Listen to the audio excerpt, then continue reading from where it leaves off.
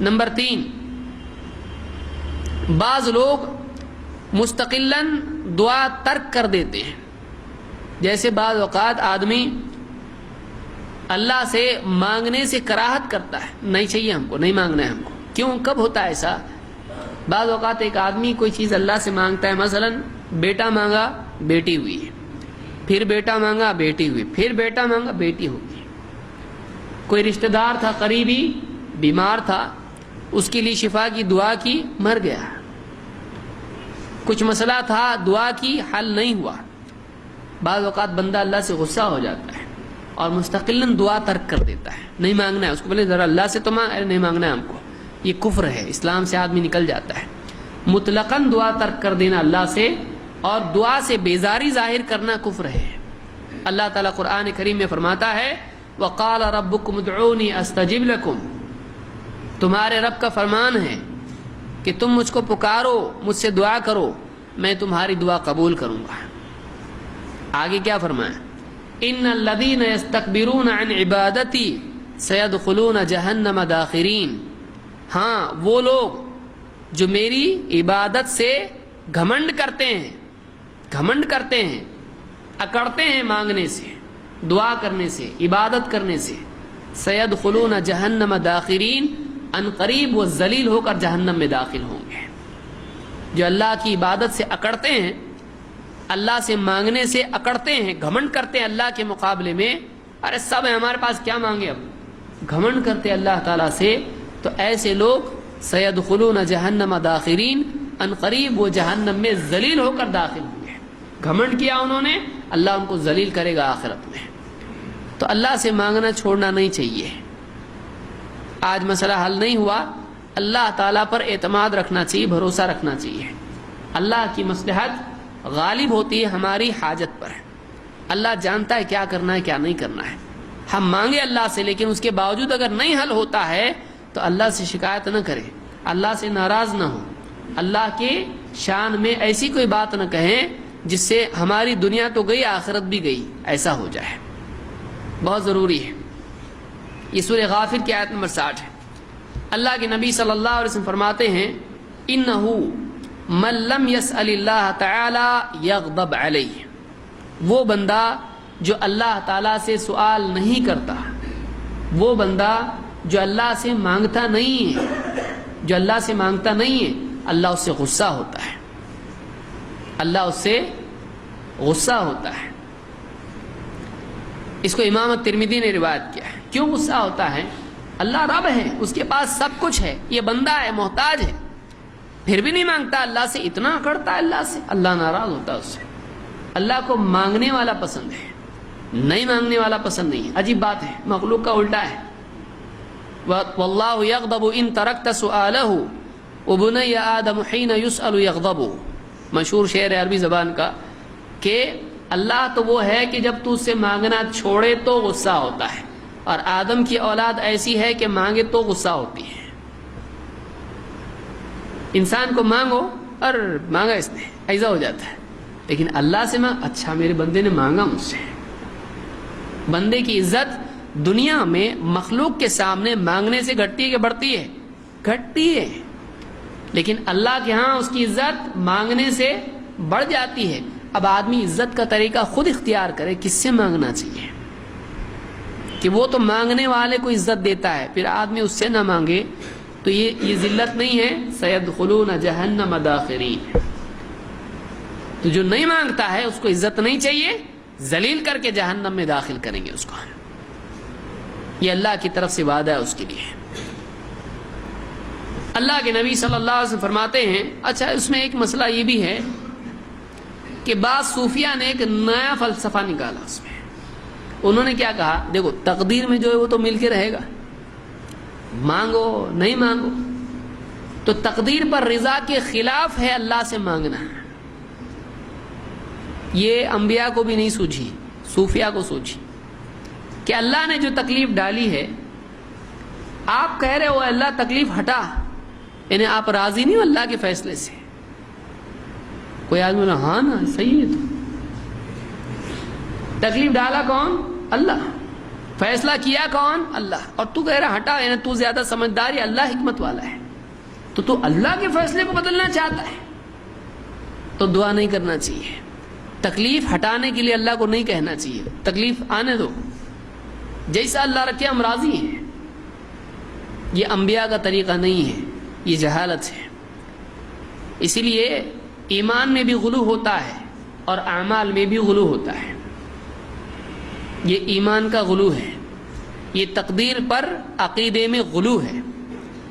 عیسیٰ علیہ السلام کے بارے میں عیسائیوں نے غلو کیا، ان پر ایمان لانے میں ایمان میں بھی غلو ہو جاتا ہے کہ آدمی جو ماننا ہے عجیب و غریب قسم ایجاد کر لے ایمان کی. یہ کون سا ایمان ہے؟ اللہ کے نبی صلی اللہ علیہ وسلم اور سارے نبی مصیبتوں میں اللہ تعالیٰ سے دعا کرتے تھے کہ نہیں کرتے تھے؟ کرتے تھے. چھوٹی بڑی ہر چیز اللہ سے مانگنا ہے. کیوں؟ اس لیے کہ اللہ تعالیٰ خوش ہوتا ہے بندے سے جب بندہ اللہ سے دعا کرتا ہے. یہ صرف حاجت کے پورا کرنے کے لیے نہیں ہے، یہ خود ایک عبادت ہے. یہ خود ایک عبادت ہے. اللہ کے نبی صلی اللہ علیہ وسلم فرماتے ہیں الدعاء ينفع مما نزل ومما لم ينزل. دعا فائدہ مند ہوتی ہے ہر مصیبت کے سلسلے میں، چاہے وہ مصیبت آئی ہو یا نہیں آئی ہو. دیکھیے دو طرح سے معاملہ ہوتا ہے، ایک ہوتا ہے دفع البلا اور دوسرا ہے رفع البلا. یہ کیا ہے؟ دفع البلا کیا ہے؟ بلا آئی نہیں ابھی آ رہی ہے، اس کو دفع کرنا. دوسرا ہے بلا آ چکی ہے، اس کو رفع کرنا. رفع کرنا دفع کرنا، رفع دفع. تو ہر حیثیت سے دعا نفع دیتی ہے. اگر مصیبت آئی نہیں ہے لیکن آدمی سمجھتا آ سکتی ہے، اگر آدمی اللہ سے مانگے اے اللہ اگر کوئی مصیبت آنے والی ہے تو مت آنے دے، تو دعا کا فائدہ ہوتا ہے. دعا آ چکی ہے، مصیبت آ چکی ہے، مصیبت میں مبتلا ہو چکا ہے، اللہ سے کہے اللہ مصیبت آ چکی ہے، اللہ اس مصیبت کو ہٹا دے، تو بھی دعا سے فائدہ ہوتا ہے. اللہ کے نبی صلی اللہ علیہ وسلم کیا فرما رہے ہیں؟ الدعاء ينفع مما نزل. دعا اس مصیبت میں بھی نفع دیتی ہے جو مصیبت آ چکی ہے، اور ومما لم ينزل، اور اس مصیبت سے بھی نجات کا ذریعہ ہوتی ہے جو ابھی تک آئی نہیں ہے. فعلیکم عباد اللہ بالدعاء. اے اللہ کے بندو اللہ سے دعا کرو. آپ صلی اللہ علیہ وسلم کیا فرما رہے ہیں؟ اے اللہ کے بندو اللہ سے دعا کرو. اللہ کی تقدیر پر ایمان ہے، لیکن اس ایمان کے ساتھ ساتھ اس پر بھی ایمان ہے کہ اللہ چاہے تو ڈالی ہوئی تکلیف اٹھا لیتا ہے. یہ ایمان کی تکمیل ہے. اللہ نے تکلیف ڈالی، اب تکلیف ہٹا کون سکتا ہے؟ اللہ.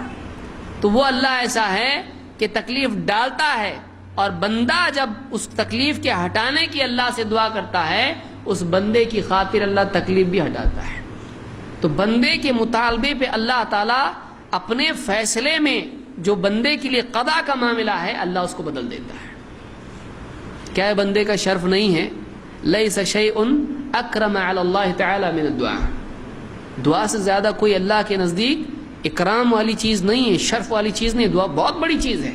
اللہ اس پر ڈالی ہوئی تکلیف کو ہٹا دیتا ہے. تو یہ اللہ کا معاملہ ہے. تو بندے کے لیے حکم کیا ہے؟ اللہ سے دعا کرے. فعلیکم عباد اللہ بالدعاء. اللہ کے بندو اللہ سے دعا کرتے رہا کرو. یہ حاکم کی روایت ہے اور یہ حسن درجے کی روایت ہے. تو یہ تیسری غلطی تھی کہ لوگوں کا ناراض ہو کر دعا چھوڑ دینا یا راضی ہو کر دعا چھوڑ دینا، کہ اللہ سے اتنا راضی اے اللہ تو جہنم میں بھی ڈالے تو تیری مرضی ہے.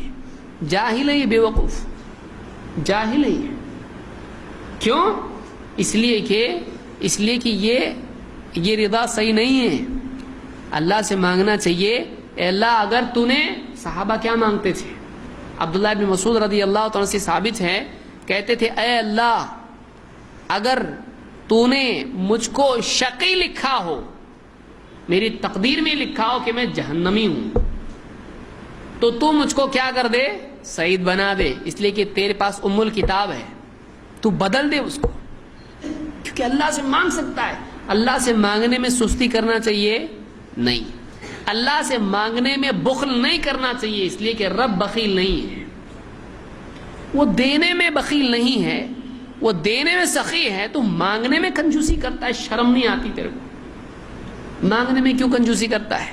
اس کے پاس دینے میں کمی نہیں ہے، وہ جو چاہے کر سکتا ہے، اس کو کوئی زبردستی نہیں کر سکتا ہے، وہ اپنی مرضی سے جو چاہے کرے۔ ایسے رب سے مانگ رہا ہے، ذرا حساب میں مانگ، اچھے سے مانگ، ذرا جم کے مانگ۔ کنجوسی کیوں کرتا ہے؟ اپنی اوقات کے حساب سے مت مانگ، اس کی بڑائی کے حساب سے مانگ۔ آدمی اپنی حیثیت دیکھتا، میں کیسا ہوں، دیتا نہیں، چھوٹا چھوٹا دیتا ہوں، دیا تو بھی، تو اپنی حیثیت سے اللہ سے بھی مانگتا ہے۔ اللہ دینے کے اعتبار سے کیسا ہے؟ جو چاہے دے اللہ تعالیٰ۔ وَآتَاكُم مِّن كُلِّ مَا سَأَلْتُمُوهُ وَإِن تَعُدُّوا نِعْمَةَ اللَّهِ لَا تُحْصُوهَا۔ اس نے وہ سب کچھ تم کو دیا ہے جو تم اس سے مانگو، اور اگر اللہ کی نعمتیں گننا چاہو گے گن نہیں سکتے، تم اتنا دیا ہے اس نے، اور اللہ کے پاس اور بہت ہے۔